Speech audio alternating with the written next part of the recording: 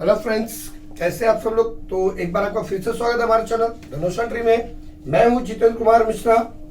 आज जो हमने पिछला वीडियो बनाया दोस्त टैक्स के बारे में, वहीं से स्टार्ट करेंगे। इसके पहले हमने आपको जो पूरा डिटेल बताया कि टैक्स कैसे चोरा, कैसे लगाया जाता है, टैक्स में क्या चीज होता है, कितने टाइप का टैक्स होता है, आपको बता देंगे दोस्त। दो टाइप का टैक्स है, डायरेक्ट और इनडायरेक्ट है। अभी हम पहले जो शुरुआत करेंगे दोस्त, डायरेक्ट टैक्स से शुरुआत करेंगे। डायरेक्ट टैक्स में पहले ये देखना पड़ेगा कि आखिर टैक्स भरेगा कौन। ठीक है, जो भरता है उसको कहते क्या है, कब टैक्स भरता है। ठीक है, ये सारी चीजों के जो डेफिनेशन होती है दोस्त, वहां से शुरुआत करते हैं।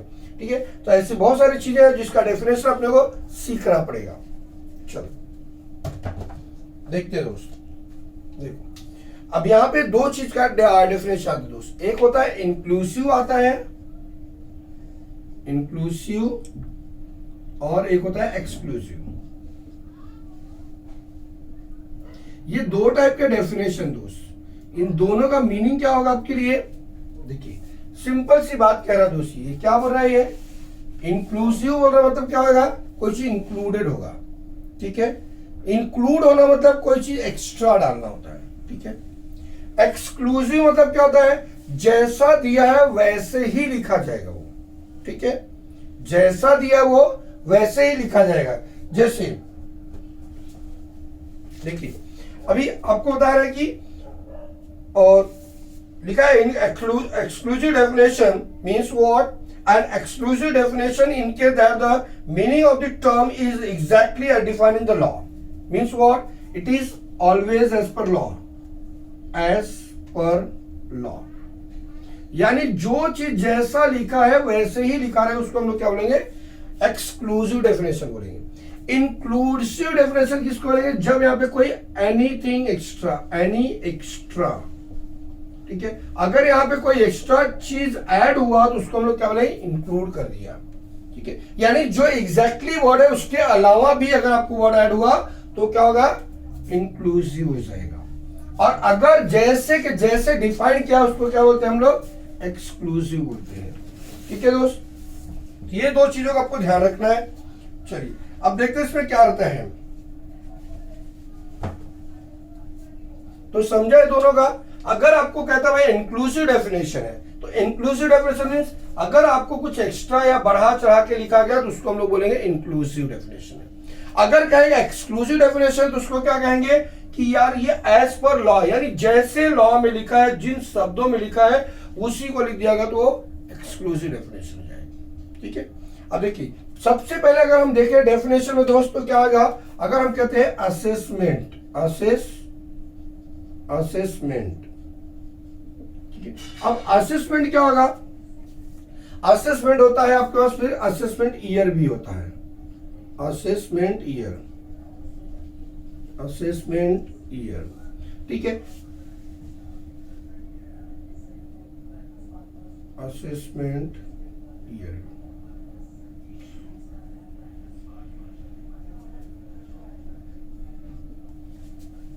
देन प्रीवियस ईयर आपके पास, प्रीवियस ईयर। ठीक है, उसके बाद आएगा आपको यहां पे पर्सन सीखना होगा, पर्सन। फिर आएगा आपको इनकम सीखना है, इनकम। ठीक है, चलिए अभी फिलहाल इन चारों चीजों के बारे में बात करते हैं जो हमारे पास रहेगा। ठीक है, जैसे अभी बोलेंगे असेसमेंट। ठीक है, अब असेसमेंट क्या कहेगा वो, देखो सिंपल सी चीज हो, असेसमेंट मीन्स व्हाट। देखिए अगर जब असेसमेंट आएगा तो इसका सिंपल याद रखना, कोई चीज को चेक करना होता है। असेस करना मतलब चेक करना। अब अगर इन्होंने पहले कह दिया असेसमेंट, इसका मतलब क्या होगा, कोई चीज ऑलरेडी चेक की हुई है उसको फिर से चेक करना। जैसे अगर टीचर आपका पेपर चेक करता है उसको कहते हैं असेस कर रहे हैं, और जब मॉडरेटर उसको फिर से चेक करता है उसका हो गया, वो भी असेसमेंट हुआ। तो इसने कह दिया गया कि असेसमेंट मीन्स व्हाट, रीअसेसमेंट। क्या वर्ड है ये, assessment means what, reassessment, reassessment. तो असेसमेंट का मीनिंग क्या होगा, रीअसेसमेंट हो जाएगा, राइट, रीअसेसमेंट हो जाएगा। फिर से समझो कि असेसमेंट मीनिंग क्या होगा कि अगर कोई चीज, जैसे आपके टीचर जब पेपर चेक करते, सिंपल एग्जांपल रखिए, जो टीचर आपका पेपर चेक करता है उसको हम लोग क्या बोलते हैं, असेस किया। ठीक है। अब जब मॉडरेटर उसको चेक करें उसको क्या बोलेंगे, रीअसेसमेंट, यानी दोबारा असेस किया। तो चेक तो भी किया और चेक भी किया, इसका मतलब क्या है, असेसमेंट मींस रीअसेसमेंट, ठीक है। अब असेसमेंट ईयर क्या होता है दोस्त, देखिए असेसमेंट ईयर किसको बोलते हैं हम लोग, ये असेसमेंट ईयर वह ईयर होता है जिस साल में हम लोग कैलकुलेट करते हैं प्रीवियस ईयर का इनकम। समझिए अभी 2020 और 21 है, ठीक है, 2020 और 21 चल रहा है, 2020 एंड 21, ये हमारा क्या है, असेसमेंट ईयर है। क्या है हमारा ये, असेसमेंट ईयर है। क्यों, क्योंकि हम 2020 और 21 में हम 2019 और 20 का टैक्स भरेंगे। अब 2020 और 21 का जो टैक्स होगा हम 2021 और 22 में भरेंगे। कभी चालू होता है ये हमेशा ऑलवेज कहां से होता है, 1 अप्रैल। कहां चलेगा, 1 अप्रैल 2020 से चालू होगा और एंडिंग कभी होगा, 31 मार्च 2021 को। तो इस साल हमारा क्या हो गया, ये असेसमेंट ईयर हो गया। आई बात समझ में, असेसमेंट ईयर क्या होता है, ये 12 मंथ्स का होता है। पहली चीज, कितने महीने का होगा ये टोटल, ये हमेशा 12 मंथ्स का होता है। असेसमेंट ईयर क्या होता है, 12 मंथ्स का होता है, ठीक है। अब असेसमेंट ईयर चालू कभी होता है, 1 अप्रैल 2020 से चालू हुआ तो 2021 को खत्म होगा मार्च में। अगर हम इसके पहले का असेसमेंट ईयर को देखें तो वहां पे क्या होगा कि अगर मैं कहूं कि दूसरा असेसमेंट ईयर बताओ, भाई सीधी सी बात है, ये क्या होगा, एक अगर 2019 और 20 भी हो सकता है। ये किसके लिए होगा, 18-19 के लिए होगा। अगर ये असेसमेंट ईयर हुआ तो इसका प्रीवियस ईयर क्या होगा, 18-19। समझा, तो इसको बोलते हैं हम लोग दोस्त असेसमेंट ईयर। अब अगर हम कह रहे प्रीवियस ईयर, तो देखिए जब ये असेसमेंट ईयर हुआ तो इसका प्रीवियस ईयर कितना होगा, 2019 और 2019-20 यानी ये अप्रैल टू मार्च है। अब क्या हर कंपनी के लिए अप्रैल टू मार्च रहेगा, ऐसा कोई जरूरी नहीं है, लेकिन मार्च जरूर होगा, बट ये जरूरी नहीं कि अप्रैल से ही चालू हो। मान लीजिए अगर कोई कंपनी 1 अगस्त से चालू हुई या 1 अक्टूबर से चालू हुई, 1 अक्टूबर से अगर कोई कंपनी चालू होती है तो उसका प्रीवियस ईयर कितने महीने का होगा, देख लीजिए। अगर अक्टूबर से चालू तो अक्टूबर, नवंबर, दिसंबर, जनवरी, फरवरी, मार्च, 6 महीने में उसका क्या होगा, प्रीवियस ईयर खत्म हो जाएगा। तो क्या उसका असेसमेंट ईयर भी 6 महीने का होगा, नहीं, असेसमेंट ईयर पूरा 12 महीने का ही होगा, लेकिन प्रीवियस ईयर कितना, 6 महीने का होगा, ठीक है। इसका मतलब क्या कि जिस दिन वो चालू होगा वहां से up to the end of the year count हो जाएगा, जहां से चालू होगा वहां से up to the end of the year count होगा। तो कभी का एग्जाम ये पूछाता है कि अगर कंपनी 1 अक्टूबर से चालू हुई तो उसका प्रीवियस ईयर, उसका असेसमेंट ईयर क्या होगा या उसका प्रीवियस ईयर क्या होगा, ठीक है। तो अगर 1 अक्टूबर से चालू हुई, 1 अक्टूबर 2019 से चालू हुई है तो 31 मार्च 2020 को ही इंड हो जाएगा। आई समझिए, 1 अक्टूबर से चालू हुआ तो 2020 में ही मार्च में इंड होगा, ये कंफर्म है, वही उसका प्रीवियस ईयर होगा, ठीक है। और उसका असेसमेंट ईयर क्या होगा, 20 और 21, यानी 1 अप्रैल 2020 से चालू होगा और 31 मार्च 2021 को खत्म हो जाएगा। आई बात समझ में। देखिए अब यहाँ पे 2 बहुत इंपॉर्टेंट चीज होती है दोस्त, एक तो पर्सन होता है और एक इनकम, ठीक है। क्योंकि पर्सन किसे कहेंगे वो देखना जरूरी है आपको। चलिए देखते हैं पर्सन। तो ये समझा आपको, पहले इंक्लूसिव मतलब समझा। इंक्लूसिव मीन्स क्या होगा कि कोई अगर एक्स्ट्रा चीज ऐड कर दिया जाए तो उसको इंक्लूसिव बोलते हैं। और एक्सक्लूसिव डेफिनेशन मतलब जो एज पर लॉ जैसे कानून में लिखा है या जैसे इनकम टैक्स की बुक में लिखा है वैसे ही अगर वो डेफिनेशन लिखा है तो एक्सक्लूसिव डेफिनेशन जाएगा। असेसमेंट ईयर का मतलब ही होता है रीअसेसमेंट करना। असेसमेंट ईयर क्या होगा, 12 महीने का होता है और वो 1 अप्रैल से चलेगा, 31 मार्च को नेक्स्ट ईयर में क्या होगा, खत्म होगा। It will start from the 1st April of the current year and it will end to the 31st March of the next year. Previous year, yes, previous year is the year for which we have to previous year is the year which is start from the again 1st April to 31st March तक चलता है। लेकिन यहाँ पे देखिए 2019-20 क्या होगा, previous year होगा। यहाँ पे अब प्रीवियस इस अगर ये प्रीवियस ईयर है तो इसका असेसमेंट ईयर क्या होगा, ये होगा। 19-20 क्या होगा, प्रीवियस ईयर है। 20-21 क्या तुम्हारा असेसमेंट ईयर है। ये जरूरी नहीं कि आपको प्रीवियस ईयर हमेशा 12 महीने का हो, वो 6 महीने का भी हो सकता है, 7 महीने का भी हो सकता है, 8 महीने का यानी 2 महीने का भी हो सकता है। क्योंकि अगर वो कंपनी आपकी, अगर आपका बिजनेस चला है कभी से, अगर 1 जनवरी से चला है तो जनवरी फरवरी मार्च 3 महीने का होगा। अगर 1 फरवरी से चला है तो फरवरी और मार्च 2 ही महीने का होगा। तो असेसमेंट ईयर आपका कम ज्यादा हो सकता है, लेकिन ज्यादा से ज्यादा 12 महीने का होता है, ठीक है। और जो प्रीवियस ईयर होगा हमेशा वो, सॉरी असेसमेंट जो होगा हमेशा 12 महीने का होगा। क्लियर है चीज। चलिए देखते हैं अभी यहाँ पे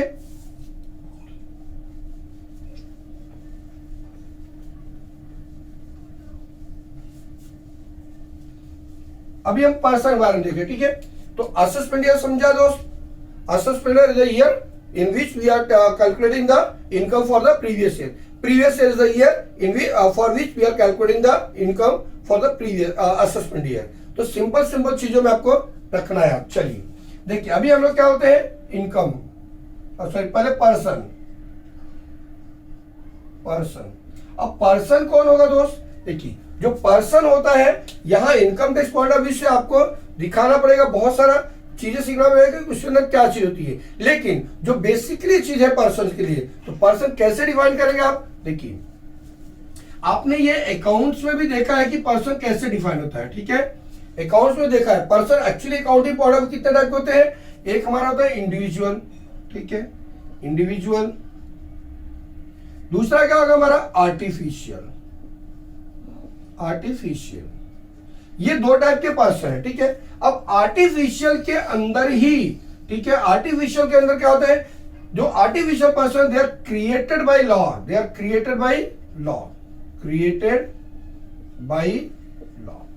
किसके द्वारा बनाया गया ये लोग, लॉ के द्वारा, ठीक है। यानी कानून बना के उनको क्या बना दिया, पर्सन बना दिया। तो इसके अंदर कौन इंक्लूड है देखो, और इसके अंदर कौन आएगा, इसके अंदर जैसे हम लोग होते हैं, we are also the person, so we are the person, we are as a individual, so we are the person, ठीक है। यानी इसमें हम लोग इन्वॉल्व होते हैं। आर्टिफिशियल में क्या होगा, यहाँ पे एनी कंपनी, फर्म होगा, कोई भी फर्म, ये कंपनी हो गया, कोई फर्म हो गया, that HUF association of person, ठीक है, हिंदू अनडिवाइडेड फैमिली, या आपको एनी इंस्टीट्यूशन, ठीक है। तो any company, any firm, HUF, AOP, institution, legal body corporate,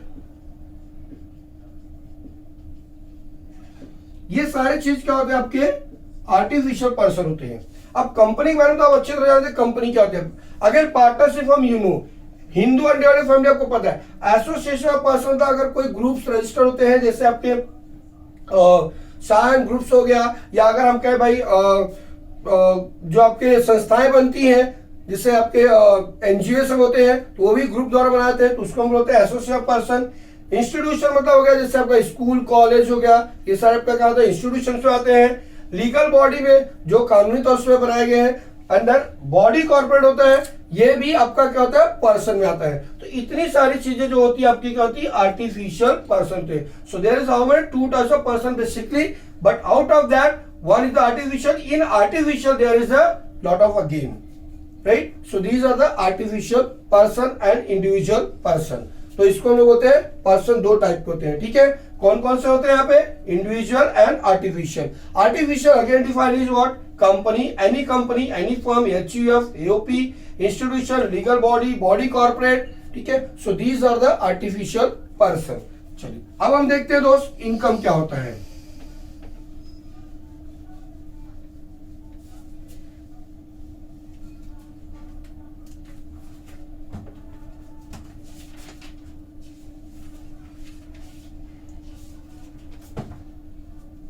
देखिए इनकम,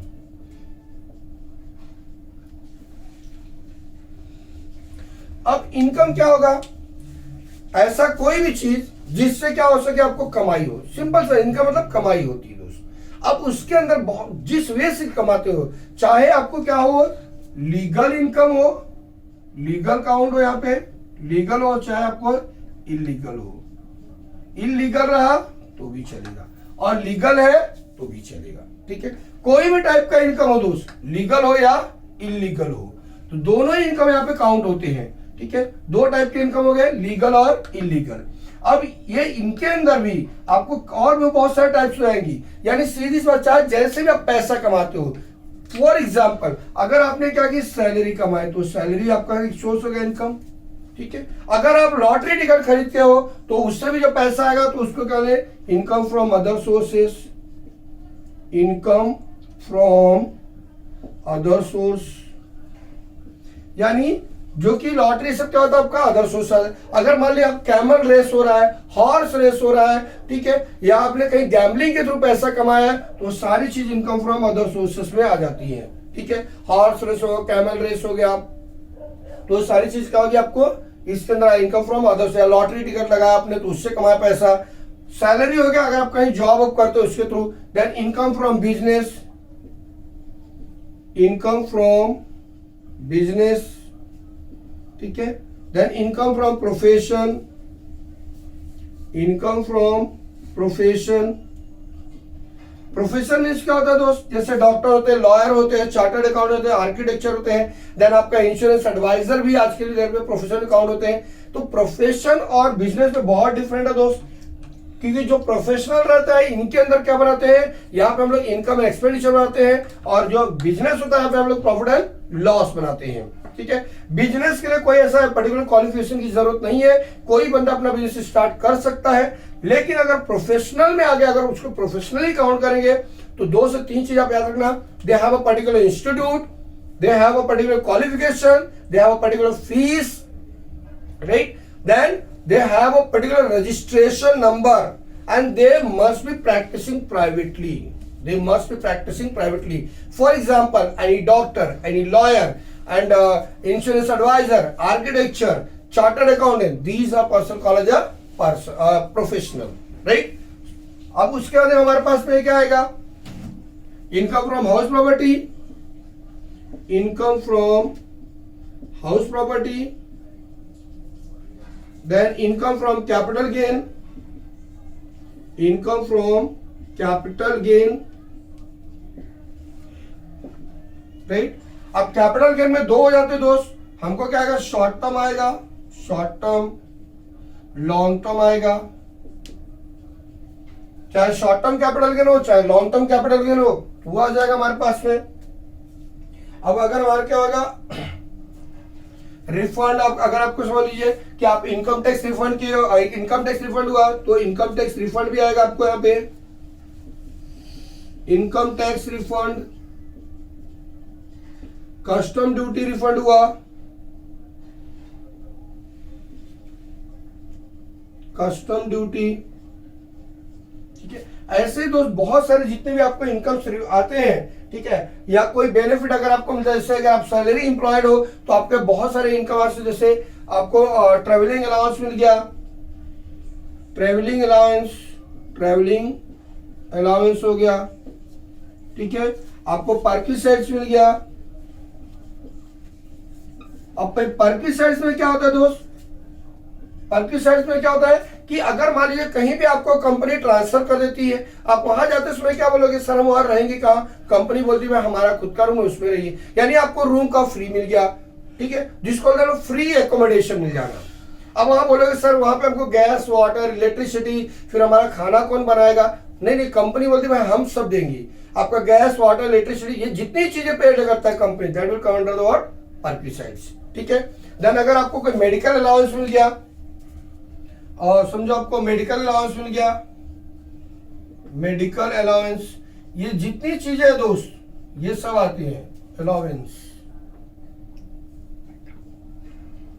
ठीक है। तो सैलरी के अंदर जो होती है बहुत सारी चीजें आती हैं, जो मेडिकल अलाउंस हो गया, आपको पार्टी चार्ज हो गया, ट्रेवलिंग एक्सपेंस हो गया, कमीशन मिल जाता है आपको, ठीक है, जैसे सेल्स में उनको जो कमीशन मिल जाता है 2% 1% सेल्स के ऊपर मिल जाता है। देन उनको पेंशन आ जाता है दोस्त, ठीक है, पेंशन इनकम है, पेंशन है आपके पास में, ठीक है। पेंशन के बाद में आपके पास में ग्रेचुटी है, ग्रेचुटी है आपके पास में, ठीक है। ये सबको हम लोग सेपरेट बाद में पढ़े क्या चीज होता है जब हम सैलरी पूरी पढ़ाएंगे आपको, ठीक है। तो पेंशन हो गया, ग्रेचुटी हो गया, देन आपको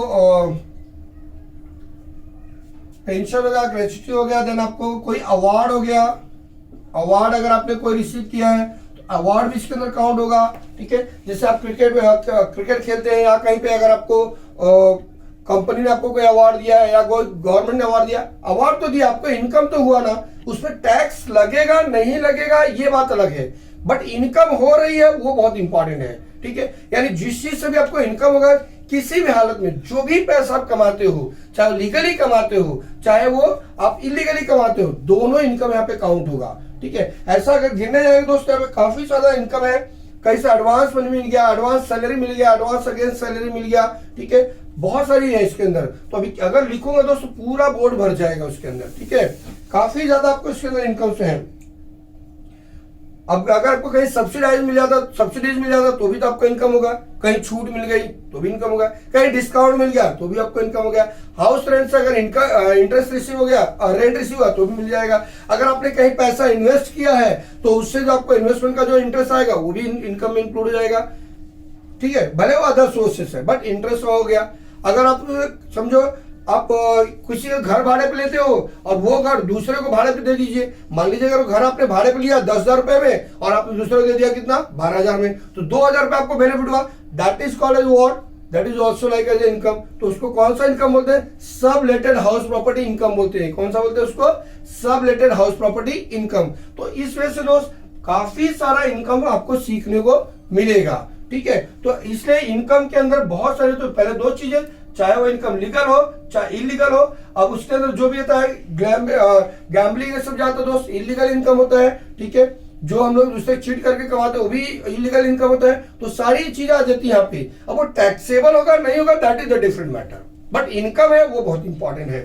तो इसमें सैलरी आ गई, income from other sources, income from business, profession, house property, then capital gain हो गया, टैक्स रिफंड होगा, कस्टम ड्यूटी रिफंड हो गया, एडवांस सैलरी मिल गई आपको, देन पेंशन मिल गया, ग्रेचुटी मिल गई, अवार्ड मिल गया आपको, ठीक है। आपको लीव इन कैशमेंट मिल गया, ट्रेवलिंग अलाउंस मिल जा रहा है, ठीक है। ऐसे मेडिकल अलाउंस मिल गया, अगर आपको इंश्योरेंस प्रीमियम अगर आपका एम्प्लॉयर करा दे रहा है वो, तो जितनी चीजें हैं दोस्त, किसी भी प्रकार से आपको जो भी पैसे कमाए होते that is called my income. समझ में आ गया दोस्त। आज हमने जो जो चीज सीखा एक बार फटाफट रिवीजन कर देते हैं। इंक्लूसिव डेफिनेशन सीखा, इंक्लूसिव डेफिनेशन में क्या होगा कि आपको कोई चीज एक्स्ट्रा इंक्लूड की गई तो इंक्लूसिव डेफिनेशन होगा। अगर एक्सक्लूसिव डेफिनेशन हुआ, एक्सक्लूसिव डेफिनेशन में क्या होगा कि जैसे डिक्टो आपको लॉ में लिखा वो एक्सक्लूसिव डेफिनेशन हो जाएगा। फिर मैंने आपको क्या होता है प्रीवियस आपको असेसमेंट बताया, असेसमेंट का मतलब क्या होता है रीअसेसमेंट करना, ठीक है। फिर हमें आपको क्या होता है प्रीवियस ईयर क्या होता है और असेसमेंट ईयर क्या होता है। असेसमेंट ईयर क्या होता है, it is for the 12 month which start from the 1st April and and with the 31st March of the next year, ठीक है। And it is always the 12 month, ठीक है। देन हम लोग बताया प्रीवियस ईयर क्या होता है कि जो assessment the year which comes before the assessment year is called previous year and that is may be 12 month और मे नॉट बी 12 मंथ। ये हमेशा एग्जाम में याद रखना। 12 महीने का हो भी सकता है, नहीं हो सकता है। अगर 1 अप्रैल से कंपनी चालू हुई है तो उसके 31 मार्च ईयर इन जाए तो 12 महीने का प्रीवियस ईयर होगा। लेकिन अगर वो 1 अक्टूबर से चालू हुआ तो 6 महीने काउंट होगा। अगर 1 फरवरी से चालू हुआ तो उसको 2 महीने काउंट होगा। जनवरी से चालू हुआ तो 3 महीने काउंट होगा। तो इस तरह से प्रीवियस आपको 3 महीने का भी हो सकता है, ठीक है। देन उसके बाद मैंने आपको बताया कि पर्सन क्या होते हैं। पर्सन हमारे पास 2 टाइप के हैं, एक आर्टिफिशियल है और एक इंडिविजुअल है। तो जो आर्टिफिशियल पर्सन दोस्त they are created by the law, ठीक है। जैसे कंपनी हो गया, कोई कंपनी कोई फॉर्म हो गया, देन एसोसिएशन ऑफ पर्सन हो गया, हिंदू अनडिवाइडेड फैमिली हो गया, ठीक है। बॉडी कॉर्पोरेट हो गया, लीगल बॉडी हो गई। तो ये सारी चीजें हमारी क्या होती है आर्टिफिशियल पर्सन में आती है।